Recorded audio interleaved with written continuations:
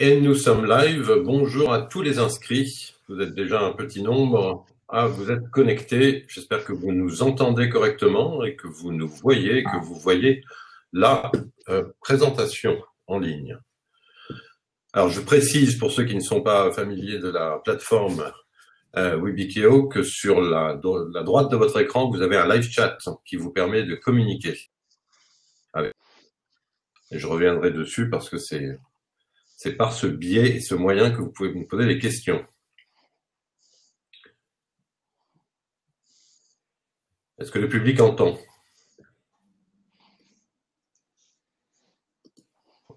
Pas de réaction? Si, très bien.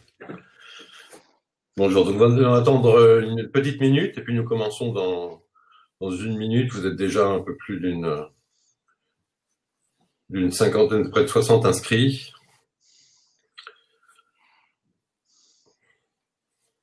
Parfait.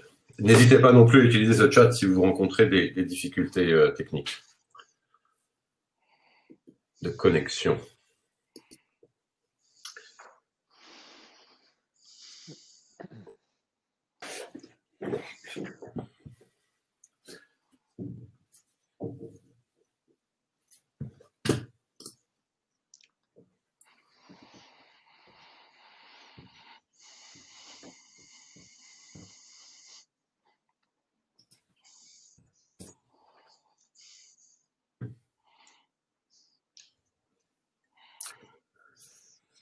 Bien, donc bonjour et bienvenue dans ce webinaire qui est animé par Deloitte Legal Tage et Capital Humain de Deloitte France sur Assemblée Générale et Coronavirus, impact sur la rémunération des dirigeants.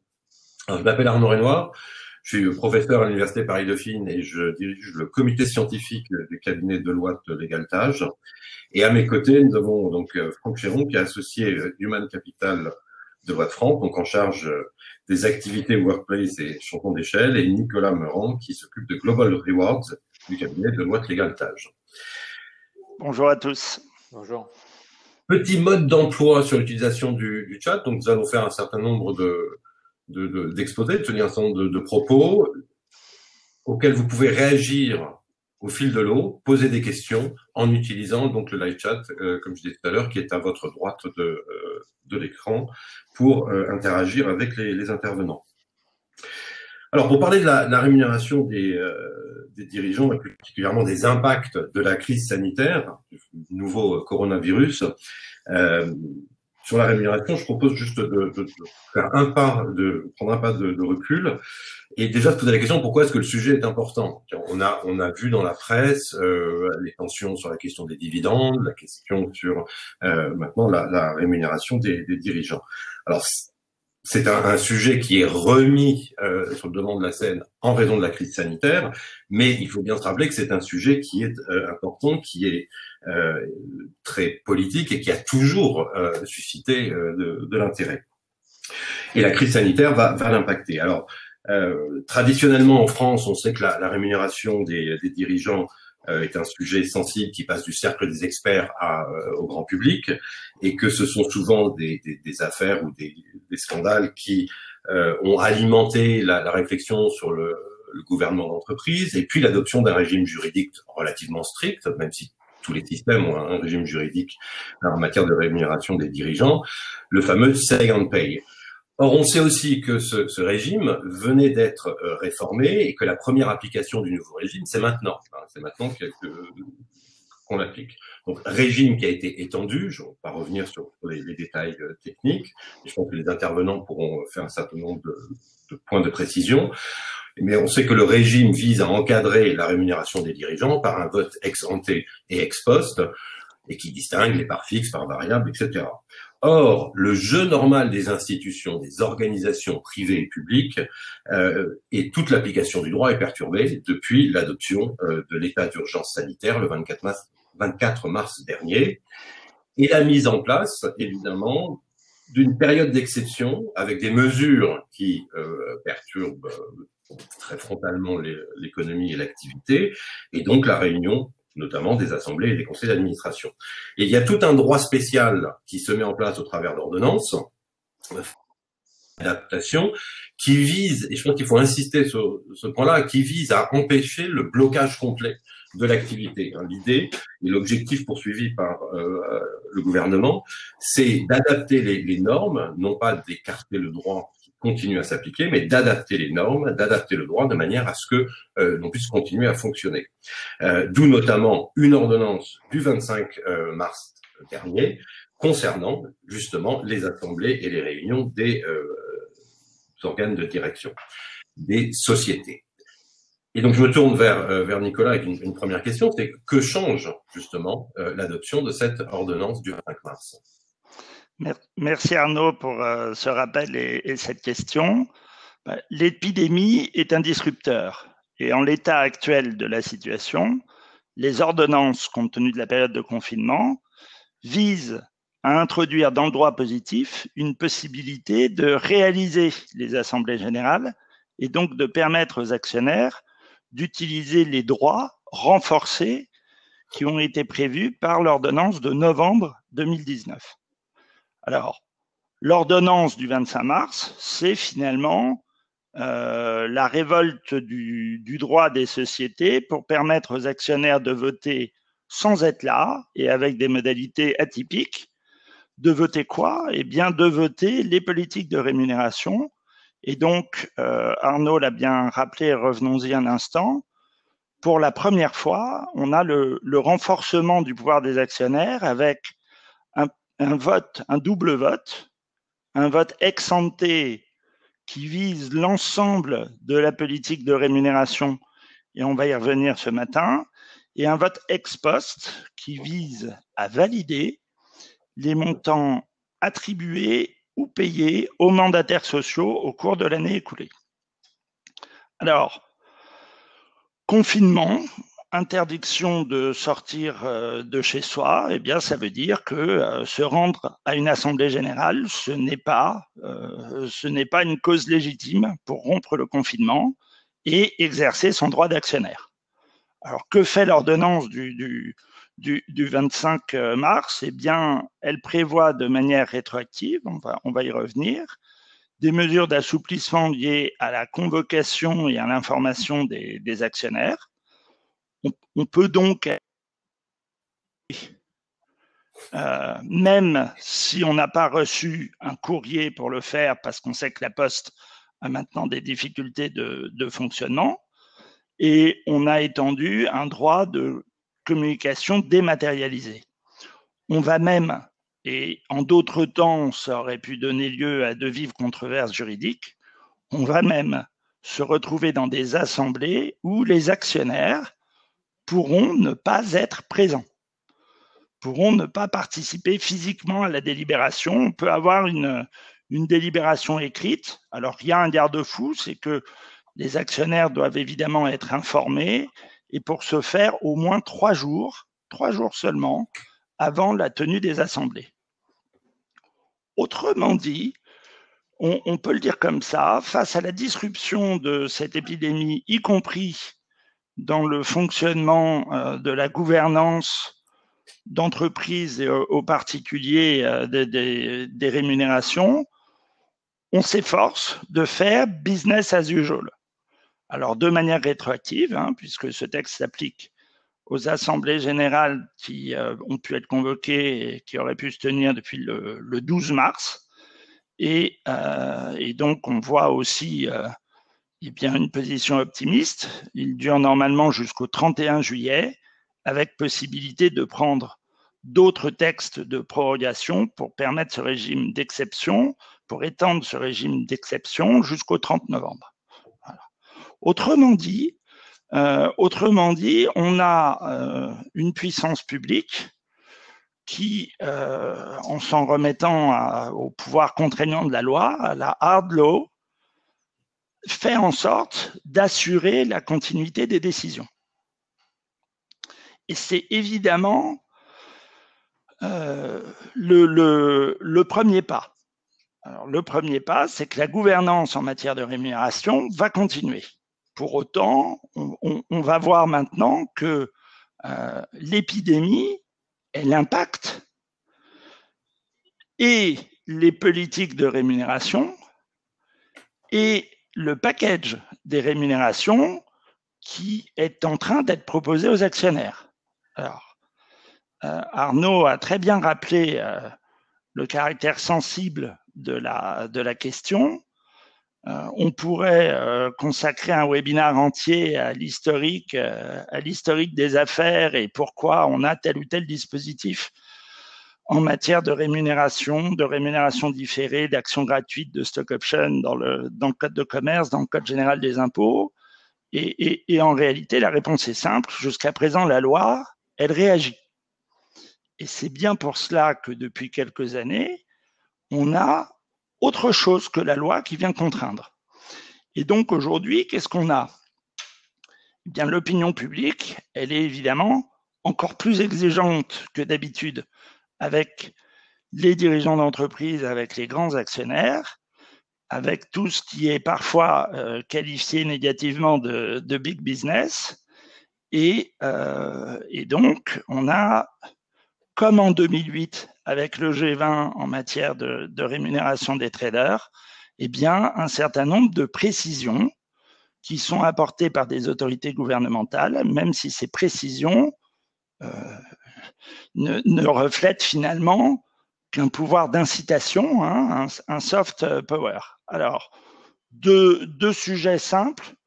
J'attire votre attention sur le fait que le cabinet reviendra notamment vendredi sur les impacts en matière de rémunération collective, qu'est-ce qui va se passer en matière de participation d'intéressement, et que, sauf si vous avez des questions ce matin dessus, on n'abordera pas là spécialement les primes collectives de 1000 ou de 2000 euros pour les personnes en activité présentielle aujourd'hui et qui contribuent évidemment tous les jours à la continuité de l'économie.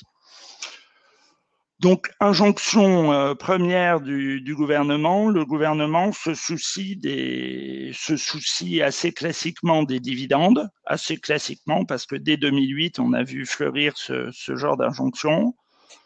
Les entreprises qui souhaitent bénéficier des aides d'État, je ne vais pas toutes réégrener, mais vous savez que l'on parle du décalage du paiement des cotisations sociales, du décalage du paiement des impôts, et des prêts garantis par l'État.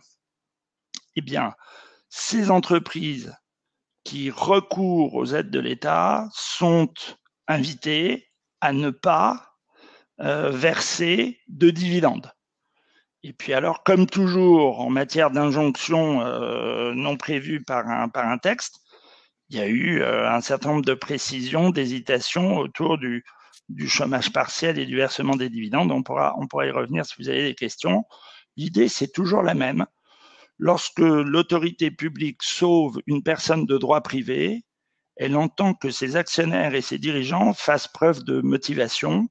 Et ce n'est pas nouveau, puisque pour les entreprises publiques, on a toujours aujourd'hui une limitation de la rémunération globale à 450 000 euros pour les CEO. Ensuite, depuis quelques années et depuis l'instauration finalement du gouvernement d'entreprise, il y a également l'AFEP, hein, qui est bien connu pour le code AFEP-MEDEF. Eh bien, l'AFEP qui s'est également saisi du sujet et qui demande que les entreprises ne procèdent à aucune rémunération spéciale des actionnaires, ni rachat d'actions, ni versement de dividendes. La FEP intervient à double titre et elle demande immédiatement aux mandataires sociaux des sociétés cotées d'accepter, d'envisager une baisse temporaire de la rémunération globale.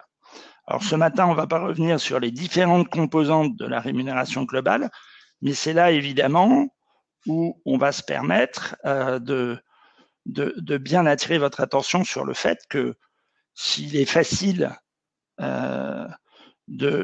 enfin c'est courageux, mais s'il est possible techniquement de renoncer à une part variable de rémunération avant qu'elle ne soit versée, il faut faire attention au respect des règles juridiques et fiscales applicables sur les parts variables différées. Alors en matière d'actions gratuites et d'options d'actions, les choses sont relativement simplifiées parce qu'on sait que le fait générateur est limité à la cession des actions.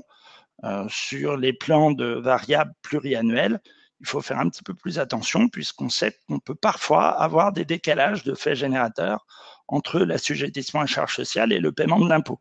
Et donc, qu'est-ce qu'on vise à éviter? Eh bien, que des dirigeants et des groupes qui répondraient favorablement à la limitation et à la baisse, par exemple, de 25% de la rémunération globale des grands dirigeants de la société, se retrouvent à devoir des prélèvements obligatoires, qu'ils soient charges patronales, charges salariales, ou pour les particuliers, impôts sur le revenu, sur les sommes auxquelles ils auraient renoncé après en avoir disposé. Voilà. La Banque centrale européenne intervient aussi pour, sans plus de précision, inviter les établissements financiers à faire preuve d'une extrême modération dans le versement des rémunérations variables.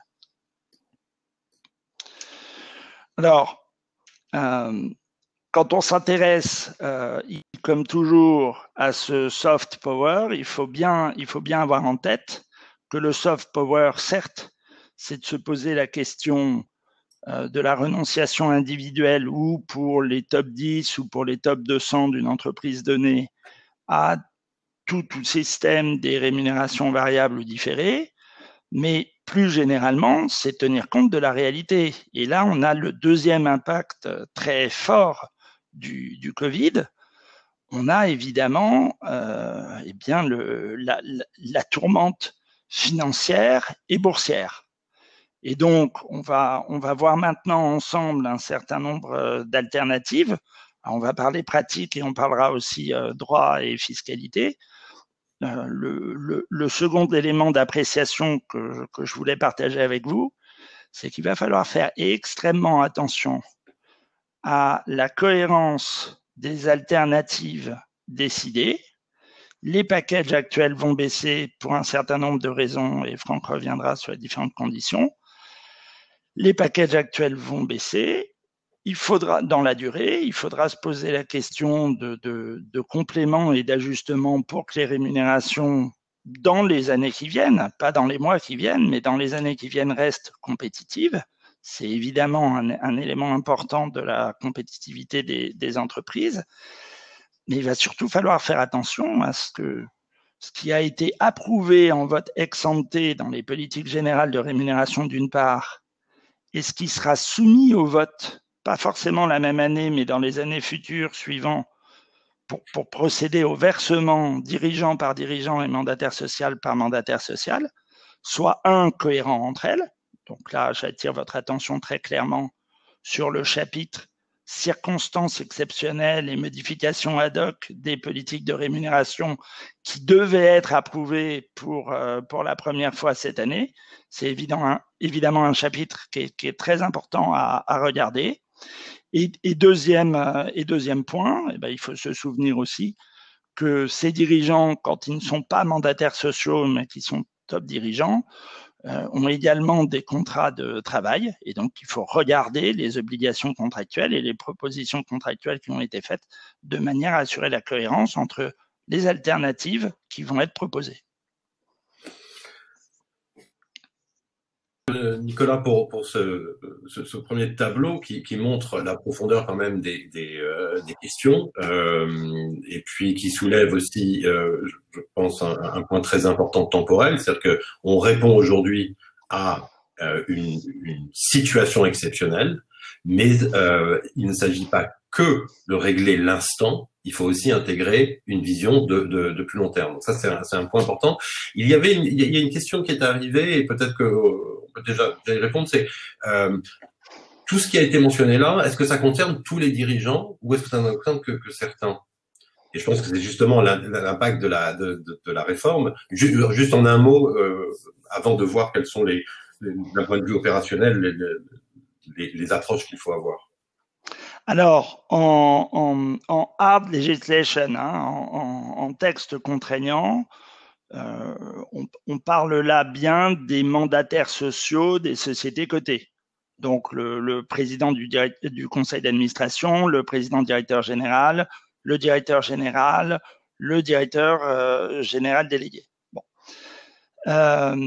En revanche, lorsqu'on s'intéresse au soft power, on voit bien que les décisions qui vont être prises en haut de la pyramide, si vous m'autorisez l'image, eh ben, elles vont forcément avoir une répercussion sur les autres cadres dirigeants. Donc, on a pris pour partie de pas forcément citer toutes les entreprises qui avaient fait des déclarations, mais on voit bien déjà que dans ces premiers jours, un certain nombre de sociétés ont proposé des ajustements à la baisse de la rémunération globale, soit pour la présidente et le directeur général, soit pour les 200 plus hautes rémunérations du groupe.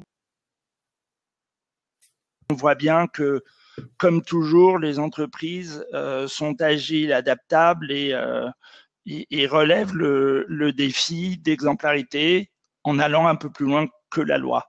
Et c'est précisément parce qu'on va un peu plus loin que la loi en renonçant à des rémunérations auxquelles on avait droit qu'on doit faire très attention à ne pas se retrouver avec des prélèvements obligatoires sur des sommes qui seraient devenues disponibles, donc imposables, et auxquelles on renonce par la suite. Très bien, merci pour cette précision. Il y a des questions qui arrivent et qu'on va évidemment traiter. Je le dis tout de suite pour ceux qui nous écoutent. Je vais me tourner vers Franck maintenant et lui demander, d'un côté plus opérationnel, comment est-ce qu'on peut envisager les choses? Merci Arnaud. Du coup, effectivement, en préparant cette réunion avec vous deux, on s'est penché un peu sur les impacts estimés de ce qu'on appelle la crise sanitaire actuelle, donc l'impact du Covid 2019 sur effectivement la rémunération des dirigeants. Et comme le disait Nicolas, c'est plutôt on vise les mandataires exécutifs. Donc, ce que tu as rappelé effectivement sur les fonctions un peu exécutives d'une entreprise. Et on s'est penché sur le package médian en prenant en compte les éléments qu'on avait en 2019 et regarder qu'est-ce qu'on pourrait avoir en 2020 et surtout, comme il était précisé, les impacts qu'on pourrait avoir à moyen terme aussi sur 2021. Donc, quand on parle de package médian, on parle du fixe, donc la rémunération fixe contractuelle, ce qu'on appelle le STI, qui est plutôt la rémunération court terme, c'est le variable de l'année, pour faire très simple. Donc, le variable versé en 2020 et souvent mis sur, en tout cas sur les résultats d'exercice 2019. Et les LTI, donc ce qu'on appelle la rémunération plus long terme, qui sont les packages, on va dire très simplement, de stock option ou d'actions gratuites et potentiellement de plans cash, mais qui sont un petit peu en retrait ces dernières années. Et globalement, c'est de la rémunération qui est plutôt sur 2, 3, 4 ans en fonction des typologies de plans. On va dire 3 ans en moyenne en fonction des directives, on va dire, de certaines agences de votation et les politiques de rémunération des entreprises. Et on s'est penché finalement sur le package médian en comparant deux indices qui sont relativement clés, le CAC 40, donc les 40 plus grosses sociétés françaises, et le SBF 120 qui inclut le CAC 40 effectivement, mais c'est les 120 plus grosses sociétés françaises.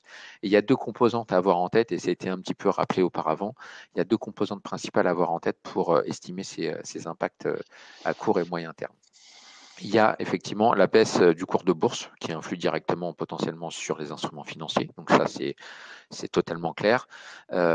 On sait c'est à peu près 20% à l'heure actuelle, hein, quel que soit l'indice, on va dire que c'est 20% en moyenne, c'est ce qu'on a pris en compte. Et il y a une autre part qui est assez importante, c'est que tous les critères qui sont pris en compte dans la distribution de ces instruments, donc qui sont le court ou le long terme, donc les STI et les LTI, c'est à 80%, 75 à 80%, c'est des critères uniquement financiers. Donc ça impacte deux fois en fait, finalement la rémunération des dirigeants sur la non-exécution finalement des critères et aussi sur la baisse des montants puisqu'en fait ils sont directement liés au cours de bourse. Donc il y a deux impacts. Après, quand on se penche en détail et en fonction des packages de rémunération médian, on se rend compte que sur le SBF 120, la part qui est à risque est à peu près de 2 tiers, puisque les STI représentent 1 tiers de la rémunération médiane et les LTI représentent 1 tiers de la rémunération médiane. Donc, on voit que l'impact est à peu près lissé sur 2 années, puisqu'en fait, les impacts ne sont pas totalement identiques. Et la plupart du temps, les STI qui vont être versés sur des critères qui ont été arrêtés sur 2019 et pas sur 2020. Donc l'impact qu'on voit ici, les moins 17 et les moins 10, donc respectivement pour 2021 et 2020, sont plutôt sur la part des LTI qui va certainement baisser à l'heure actuelle avec le cours de bourse, mais aussi la non-atteinte des critères financiers qui sont à venir. Donc, c'est des baisses estimées minimum qu'on peut avoir en tête sur le SBF 120. Donc, moins 10 et moins 17, donc moins 150 et moins 350 000 euros. Donc, on part sur des montants qui sont relativement significatifs à terme. Et comme disait Nicolas auparavant, il y a un enjeu qui est pour 2020 immédiat, mais il y a un enjeu qui est pour 2021 aussi, puisque en fait, les rémunérations vont courir sur plusieurs années, comme on l'a dit auparavant. Sur le CAC 40, on se rend compte que si on fait le même exercice, les impacts sont un peu plus significatifs, puisqu'en fait, les packages médians sont un peu plus indexés, on va dire, sur les cours de bourse, puisqu'en fait, les LTI représentent jusqu'à 45%, donc en médiane 45% du package total. Donc en fait, on a un impact un peu plus significatif donc dès 2020, puisque c'est touché immédiatement, donc on a moins 19%, et moins 30% en 2021, sachant que les STI vont être touchés, puisqu'on a aussi une proportion de l'ordre de 80% des critères financiers sur ces packages. Donc on se rend compte que l'impact peut être assez significatif, et vraiment, je réinsiste là-dessus, ça a été dit par mes camarades auparavant, un impact 2020 immédiat, mais un impact aussi sur le moyen terme, donc sur 2021. Merci beaucoup. Alors, donc, vous aviez peut-être des recommandations à faire sur ces approches? Donc, effectivement, sur ces estimations, on peut avoir plusieurs points en tête. Derrière, c'est comment on peut gérer ce trou un petit peu financier sur le package des rémunérations médians. C'est des estimations, mais encore une fois, on sait que ça sera relativement revu à la baisse, et ça dépend en fait de la sortie de crise. Mais les recommandations qu'on peut avoir, c'est effectivement augmenter peut-être de façon significative et ponctuelle les STI, donc la rémunération court terme, pour anticiper la reprise de l'activité, donc immédiate ou sur une durée qui est à 3-4 mois, mais qui reste sur l'exercice fiscal 2020. La refonte des critères, donc on l'a vu, hein, la plupart des critères, la majorité des critères, 80%, c'est des critères financiers. Peut-être qu'il faut les pondérer de façon plus importante sur des critères qui sont extra-financiers. Et là, ça rejoint aussi ce que disait Nicolas sur l'application du C1Pay, qui recommande globalement de mettre en avant l'intérêt social, la pérennité de l'entreprise, et ainsi de suite. Donc tout ce qui est, ce qu'on n'avait pas vu auparavant, mais tout ce qui est plan de continuité d'activité et ainsi de suite, ça peut faire l'objet aussi de mise en place de critères un peu plus spécifiques et en tout cas extra-financiers. La gestion des bonus exceptionnels, donc on va dire comment le prendre en compte à l'heure actuelle, en disant que finalement il y a peut-être un pont à assurer avec des spécificités sur les bonus. Et peut-être, effectivement, on sait que c'est à peu près 15-20% du marché à l'heure actuelle des plans cash. Est-ce que les plans cash ne vont pas revenir d'une façon plutôt rapide, on va dire, sur 2020, de façon ponctuelle pour 2021, sur le package de rémunération des dirigeants exécutifs? Donc, quatre grosses composantes. Et derrière tout ça, il y a aussi, des possibilités d'évolution qui sont un peu différentes. Très bien, merci. Alors sur la refonte des critères, je pense que c'est un point intéressant, puisque on sait très bien qu'on est dans une évolution effectivement dite responsabilité sociale des entreprises, hein, c'est la fameuse le contexte de la loi Pacte. Et là, on voit comment la crise sanitaire finalement oblige les entreprises à rentrer dans le dur de ces questions. Ce n'est plus qu'un aspect théorique. Alors précisément, peut-être quelles sont les alternatives possibles à ce moment-là, Franck? Il y a 5 grandes alternatives qu'on vous a listées au niveau de l'ingénierie. Je parle bien de l'ingénierie, et après on va compléter avec Nicolas sur la partie, on va dire, réglementaire qui est importante aussi à suivre. Sur la partie ingénierie, et les deux sont à croiser. La partie ingénierie, c'est finalement soit on continue notre politique habituelle sur la rémunération long terme du LTI, et finalement on continue, sachant que a priori sur quelques années, ça va peut-être pas donner quelque chose. Voilà, ça c'est une possibilité. Peu d'entreprises sont dans cette situation. Potentiellement viser une attribution complémentaire, une enveloppe supplémentaire lors de la prochaine AG, donc continuer mais proposer des instruments en plus sur la prochaine AG. Finalement, on a un effet volume derrière des instruments financiers qui peut compenser la baisse ponctuelle des cours de bourse. La troisième alternative possible, c'est le décalage de l'attribution des LTI, on va dire, de 2020 à une période qui est de retour à la normale des cours de bourse. la majorité des entreprises à l'heure actuelle sont plutôt sur ce segment-là, sachant qu'il y a un gros point d'interrogation, c'est quand est-ce que ça va repartir, avec 3 continents qui sont touchés de façon différente, les US qui sont touchés, et sachant qu'il y a une globalisation, on va dire, du commerce mondial, on peut s'interroger effectivement sur ce décalage. Est-ce que c'est un décalage sur 3 mois, 6 mois, et ainsi de suite. L'avant-dernier point, c'est l'annulation des attributions et avoir une réflexion qui est un peu plus globale sur le package. Et ça rejoint les points qu'on a vus auparavant sur est-ce qu'on ne met pas quelque chose qui assure un pont sur 2020-2021 pour qu'il y ait une baisse compensée ou en tout cas arbitrée des rémunérations. Et le dernier point, c'est une modification de tout ce qui est règles d'attribution avec la proposition d'autres dispositions. Donc ça, on va le voir juste après.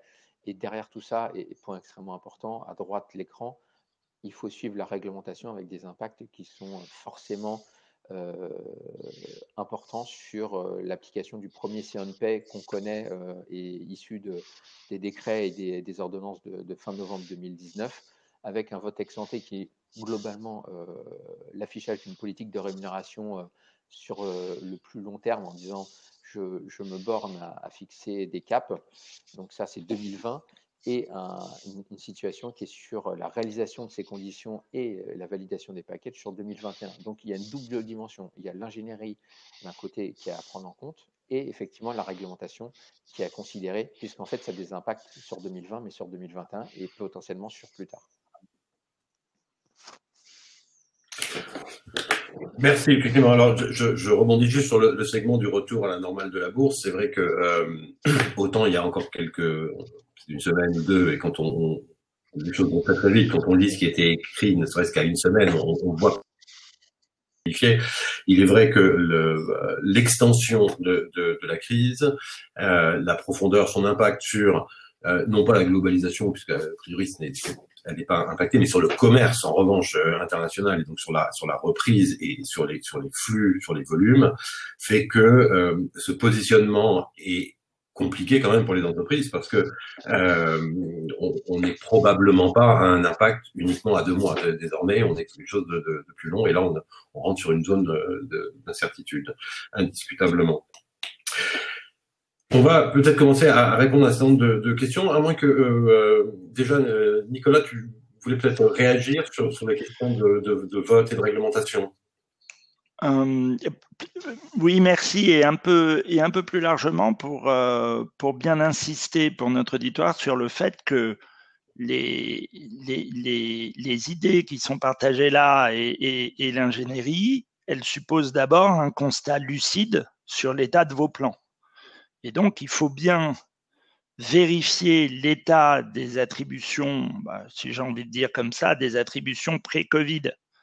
Que donnent aujourd'hui vos plans en termes de conditions de performance, de conditions de présence, même si de toute façon, pour les plans en action, il y aura un impact sur la valeur délivrée. Ça, je dirais que c'est le jeu de l'alignement entre les dirigeants et les actionnaires. Hein. Quand la bourse baisse, le package a moins de valeur. Et donc, les idées qui sont là sont très utiles, mais elles ne sont pas nécessairement à mélanger. Hein. Et donc, sur le vote, et simplement, puisqu'on vient de parler du retour normal à la bourse, je veux simplement partager avec vous ce cas pratique chez un de ces clients qui malgré la création du dispositif d'action gratuite, fait toujours partie des 6% des sociétés cotées à toujours utiliser les options. Eh bien, on voit bien qu'aujourd'hui, si on attribue les options en nombre de titres, la baisse du cours, la baisse du prix d'exercice peut conduire à donner une valeur significativement plus élevée au package au moment de l'attribution que ce qui avait été envisagé en comité de rémunération il y a 2 mois, il y a 3 semaines. Et donc, Franck a raison d'insister sur le décalage après retour à la normale de la bourse. Retour à la normale de la bourse, ça ne veut pas nécessairement dire qu'on regarde les cours de bourse, ça veut simplement dire que dans le design des plans, dans les volumes d'attribution, dans les conditions d'exercice, on prévoit les bonnes clauses. Et je ne serais pas surpris, on verra bien, je ne serais pas surpris que sur un certain nombre de packages, on introduise maintenant dans les plans un mécanisme de plafonnement pour garantir les différentes parties prenantes et pour garantir les actionnaires, que même quand on poursuit, là je vais dans le premier item, même quand on poursuit les attributions comme avant, on ne fait pas d'effet d'aubaine, hein. On n'utilise pas des cours bas pour attribuer plus ou pour donner plus de possibilités sur les plus-values futures. Bon voilà, il pourrait y avoir d'autres commentaires, mais là je pense que c'est le temps de répondre à vos questions. Si on a retenu Arnaud, ou sinon on va les prendre directement. Arnaud, tu es... Absolument, absolument. Vous m'entendez? Oui. Non. Alors, il y avait toute une série de questions, notamment sur la question de l'interdiction de versement entre filiales.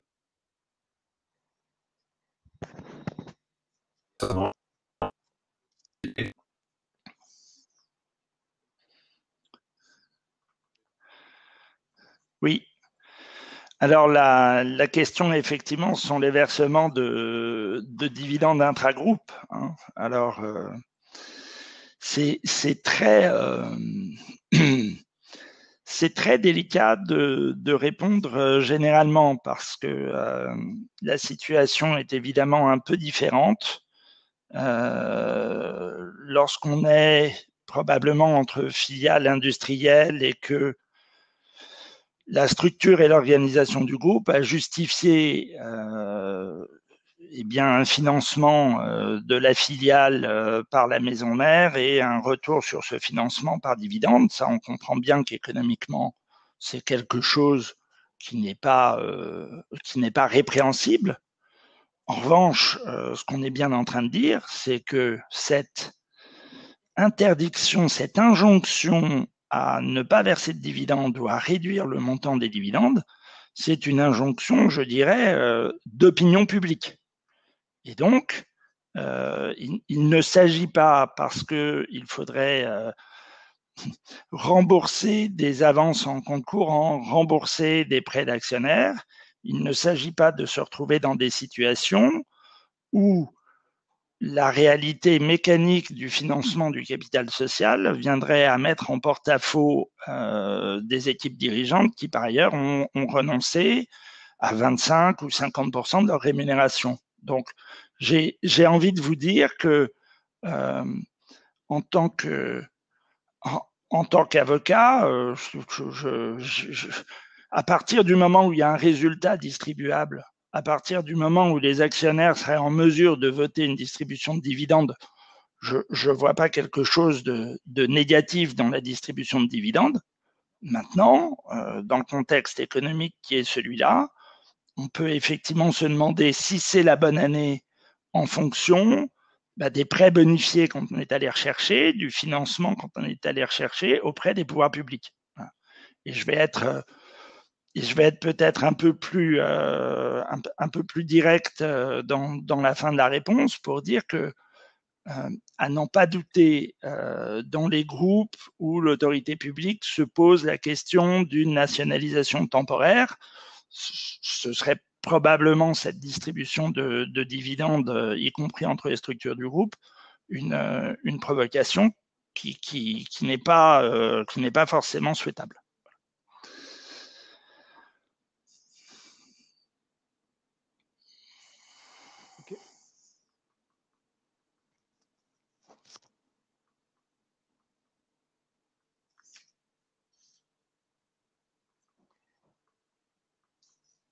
Il y a peut-être une autre question sur tous les dirigeants sont-ils concernés? Je peux commencer si tu veux, Nicolas. Je pense qu'on l'a évoqué tout à l'heure, en fait, sur tous les dirigeants. Là, on a plutôt visé dans notre allocution tout ce qui était dirigeant exécutif, et Nicolas a rappelé toutes les fonctions qui étaient visées. C'est plutôt ceux qui sont visés déjà dans un premier temps par tout ce qui est le vote en AG, on va dire, de leur rémunération. je vais dire que de mon point de vue, et tu compléteras Nicolas, c'est que c'est des impacts directs, on va dire, c'est ces dirigeants-là qui sont touchés directement. En indirect derrière, toutes les politiques de rémunération vont forcément en découler. Donc quand on disait des systèmes d'attribution qui vont être un peu différents ou des mécanismes d'ingénierie différents, mécaniquement, et comme l'a justement dit Nicolas, il y a le haut de la pyramide et en général, c'est plutôt derrière le fait de suivre cette politique. Donc, de facto, il y aura deux cas. C'est l'impact direct sur ces populations dirigeantes qui sont en vote CONPE, pour faire très court, et les populations qui sont indirectement liées, où la rémunération n'est pas votée, mais qui seront impactées par la politique générale de rémunération de l'entreprise. Tout à fait. Il y a une question qui est apparue que je trouve intéressante dans le contexte du rôle joué par l'État et donc d'une certaine manière par la hard law. On nous dit, est-ce que les recommandations de la FEP ne pourraient pas être reprises par une ordonnance et donc le soft law qui est rigidifié. C'est intéressant parce que finalement c'est une question qui existe en dehors de la crise, mais qui dans le contexte de la crise, permettrait effectivement à l'État de s'emparer finalement beaucoup plus facilement au travers des ordonnances. Alors, on va pas refaire les 18 mois de débat parlementaire autour de la loi Pacte et quel doit être le rôle du code AFEP-MEDEF versus le domaine de la loi. Hein. Mais jusqu'à présent, et c'est quand même une position de bon sens, on reconnaît quand même que les politiques de rémunération font partie des décisions de gestion fondamentales qu'une entreprise doit prendre. On a, avec le rôle accru des actionnaires dans les deux votes, mais plus généralement le renforcement de pouvoir des comités de rémunération, on a quand même dans les sociétés cotées et même dans les sociétés non cotées, parce qu'elles reproduisent souvent ces systèmes, on a quand même des garde-fous bien établis. Et là, par exemple, et je vois que la question a été reposée et j'ai pas encore répondu, donc je vais le faire maintenant si vous le voulez bien. On a le cas emblématique du bonus 2019. Le bonus 2019, depuis les ordonnances de novembre 2019, il ne peut être effectivement versé, évidemment s'il est conforme à la politique de rémunération et si les conditions ont été remplies, mais à partir du moment où un vote ex post, donc dans les fameuses assemblées dont on parle depuis le début de ce webinaire, à partir du moment où cette rémunération et ce versement ex post va être validé par les actionnaires. Et donc, j'ai quand même envie de vous dire que la raison pour laquelle il faut surtout pas une ordonnance et surtout pas une loi, c'est que précisément, l'ordonnance du 25 mars, malgré le contexte du Covid, va permettre aux actionnaires de jouer tout leur rôle. Et donc, c'est entreprise par entreprise que les actionnaires vont raisonnablement pouvoir dire, compte tenu de la situation économique de l'entreprise, compte tenu de l'évolution du cours de bourse, on pense que c'est une bonne chose de verser la rémunération variable, on pense que B, c'est pas une bonne chose, et ils ont le cas, alors, pour le mandataire social, hein, président ou directeur général, présidente ou directrice générale, eh bien, ils ont tout le pouvoir de dire oui ou non. Bon. Et moi, encore une fois, d'un point de vue du droit, mais aussi de l'intérêt général, je trouve que c'est une bonne chose que les actionnaires puissent se prononcer société par société. J'attire votre attention sur le fait que un certain nombre de directeurs généraux, de directrices générales ont annoncé renoncer au paiement du bonus 2019. Alors là, je pense que Arnaud et Franck en seront d'accord. Quand il y a renonciation, avant même qu'il y ait eu le vote qui envisageait de procéder à ce versement, là, il n'y a aucune difficulté, il n'y aura pas de variable et il n'y aura pas d'impôt sur le variable. Peut-être il y a un point aussi par rapport aux recommandations AFEP. Déjà, c'est une recommandation. Hein. Voilà. Et peut-être pour au-delà du, moi je suis un non juriste, un non avocat, donc je prends le côté opérationnel un petit peu. Ce qui serait bien aussi, c'est que dans la recommandation AFEP, et on l'a vu dans les simulations qu'on a faites, finalement le 25%, il va être atteint potentiellement rapidement. En fonction du contexte de crise et ainsi de suite. On ne va pas revenir sur le cours de bourse et ainsi de suite. Mais ce qui serait intéressant de préciser dans la FEP, c'est ces 25%, ils touchent quoi? Est-ce qu'ils touchent le STI, effectivement, comme disait Nicolas, le LTI? Comment, et en fait, on voit bien que le package de rémunération, il est composé de différentes agrégats. Et donc, en fait, il faut bien avoir cette chose en tête et comment, en fait, on le met en place dans une entreprise. Et là, pour le coup, je rejoins totalement Nicolas, qu'il y a une sorte de légitimité, on dira, entrepreneuriale derrière. Alors, juste pour compléter de ce point de vue-là, et pour terminer sur cette question d'une source réglementaire ou législative supplémentaire, je pense qu'il y a assez peu de chances ou de risques, hein, selon la façon dont on veut se placer, qu'il y ait une reprise des recommandations AFEP, MEDEF par ordonnance, pour une raison très simple, c'est que le cadre juridique a été mis en place en cours des 2 dernières années en reprenant déjà un certain nombre de choses et en mettant un cadre qui est quand même assez strict et qui couvre les éléments et en laissant finalement une part un peu plus réduite à la soft law et au gouvernement d'entreprise et l'État n'aurait pas de raison de venir perturber ça. En revanche, et là c'est vraiment une réflexion purement liée à la crise, sans doute faut-il faire attention au passage d'une déclaration politique à une norme en matière notamment de lien entre versement des dividendes et rémunération et aide d'État. Pour l'instant, il n'y a que des déclarations politiques, mais sans doute faut-il être prudent de ce point de vue-là. Autre question, celle sur les management fees au holding. Est-ce que celle qui pourrait impacter sur les performances des résultats 2019? Peut-être Nicolas, mais je pense que peut-être que d'une certaine manière, en ayant répondu sur les bonus, tu es un peu touché à cela. Alors, j'ai envie de dire qu'il y a management fees et management fees, que les management fees qui ne seraient pas tout à fait, qui conduiraient à mettre la société qui les supporte en situation difficile, que ce soit sur le plan de la trésorerie ou que ce soit sur le plan du résultat, avec les impacts évidents que ça a sur les plans de participation et d'intéressement.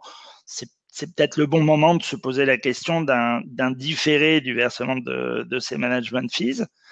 Et si c'était l'esprit de la question, je rappellerai juste que sur la question en réalité assez épineuse des dividendes dont Arnaud vient de reparler, il est bien prévu que c'est toute forme de rémunération de l'actionnaire qui est prohibée, enfin, l'injonction couvre toute forme de rémunération d'actionnaire, puisque de manière un peu étonnante du point de vue du technicien, on a vu que les rachats d'actions étaient eux-mêmes visés. Or, on sait bien qu'un rachat d'actions, ce n'est pas une distribution de dividendes. Bon. Et donc, eh bien, que ce soit par forme de rachat d'actions, de versement de dividendes, et j'oserais dire de management fees ou toute autre création hybride, il est bon de se dire que l'idée, c'est qu'une société est aidée pour préserver l'emploi et assurer la continuité de son activité, pas pour enchérir en 2020 son actionnaire. Oui, tout à fait. Tout à fait. Il y a une question aussi qui intervient, et ça, peut-être Franck aura des éléments à apporter sur est-ce qu'on dispose d'un benchmark sur les pratiques envisagées par les entreprises en matière d'ex-post, que ce soit les décisions sur le renoncement ou non à toute ou partie du bonus. Alors effectivement, on commence à avoir un benchmark. Après, pourtant on en fait beaucoup des benchmarks de rémunération pour les dirigeants. Et je mets en fait un peu des pincettes là-dessus.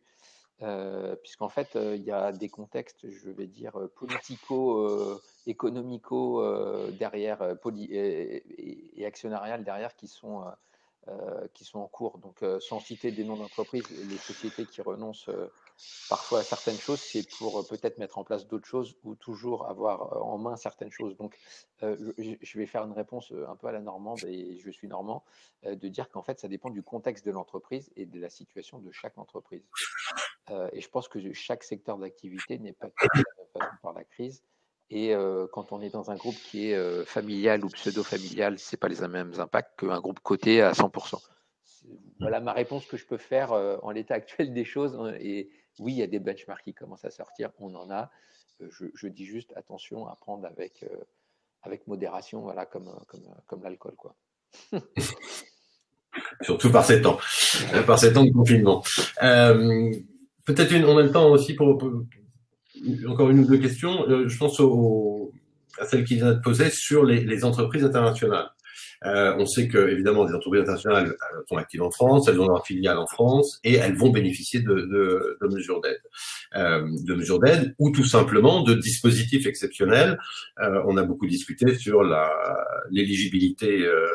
À un moment donné, en tout cas dans la presse, on se posait la question de savoir si les filiales de groupes étrangers pourraient avoir accès, par exemple, à l'activité partielle telle que l'État l'a mis en place avec les ordonnances restantes. Et donc la question c'est est-ce que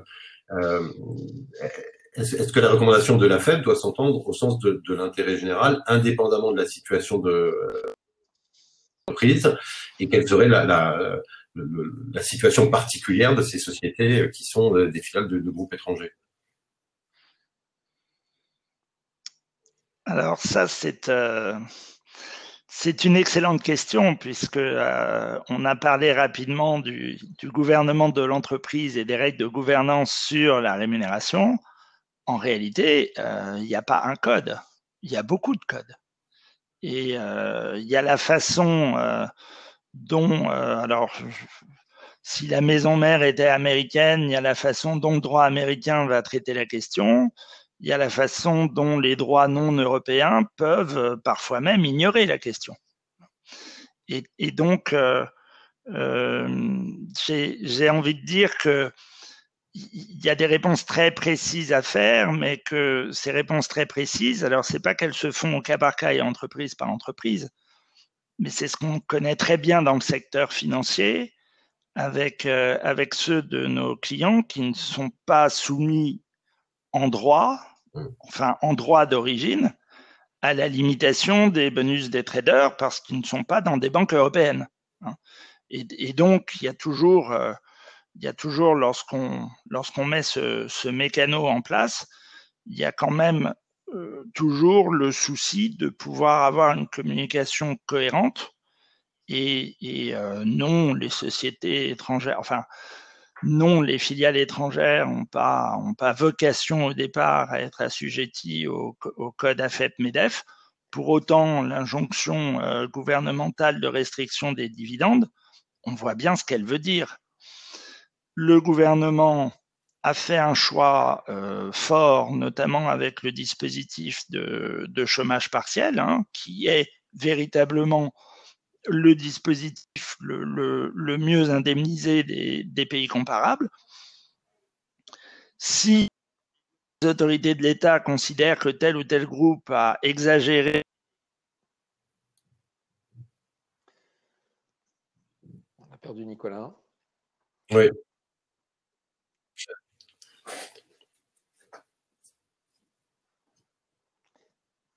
Peut-être en attendant que Nicolas revienne, moi j'ai juste un commentaire et peut-être un parallèle à faire, c'est que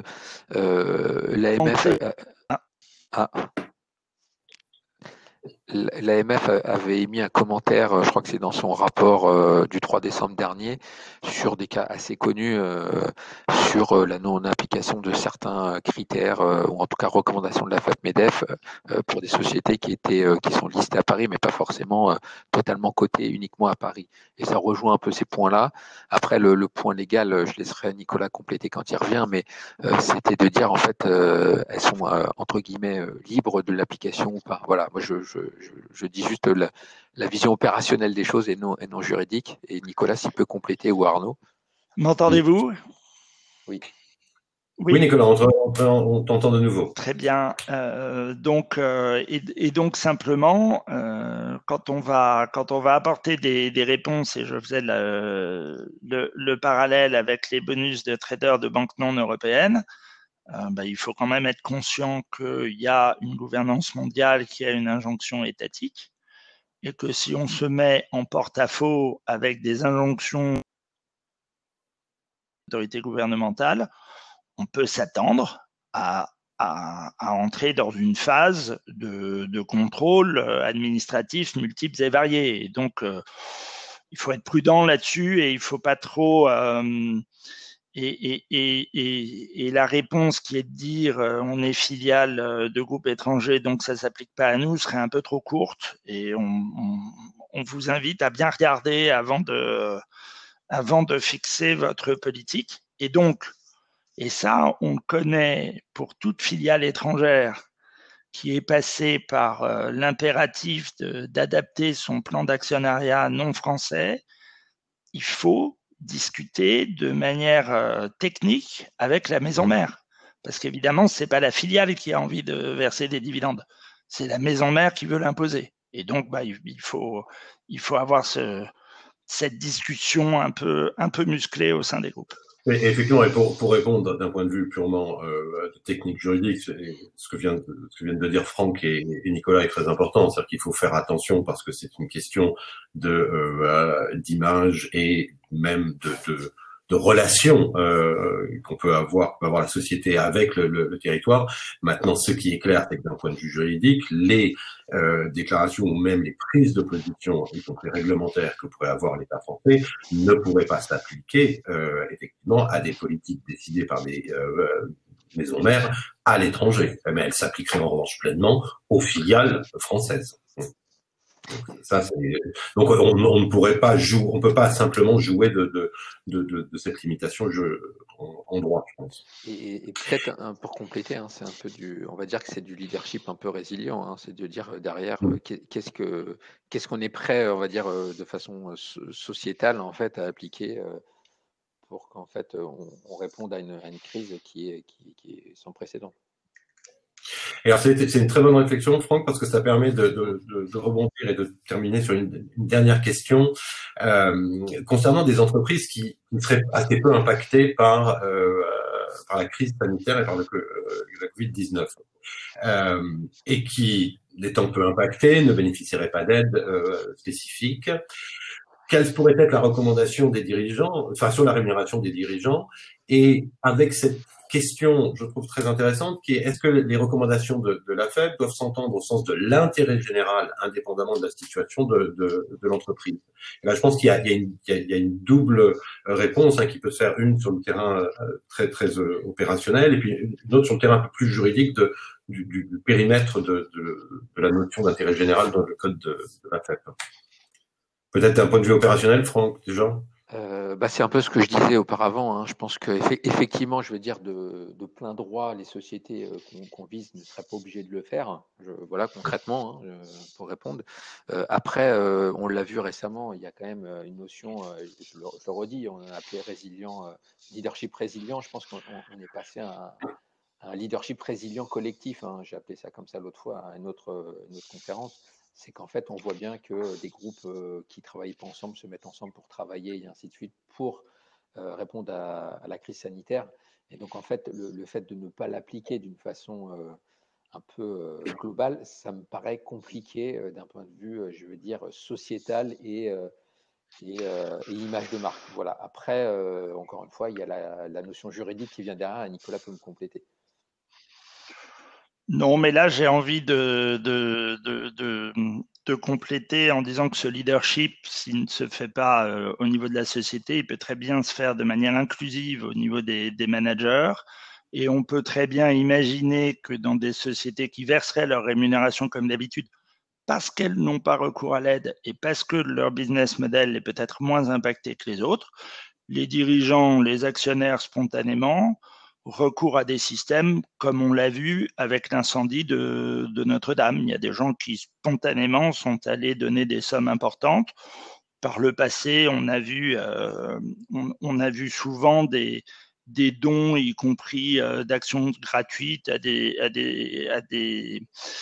associations caritatives. Donc oui, tout à fait d'accord pour le leadership résilient, et tout à fait d'accord aussi pour encourager nos clients à tenir compte de l'inclusion.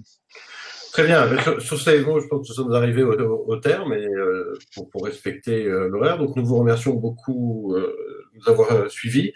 Vous pouvez retrouver toutes ces informations et d'autres sur le blog Stage Stratégie, avec des éléments qui complètent cela.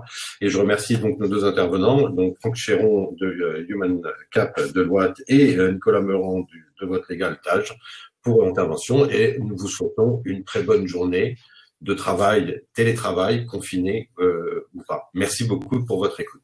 Merci à tous. Merci à tous.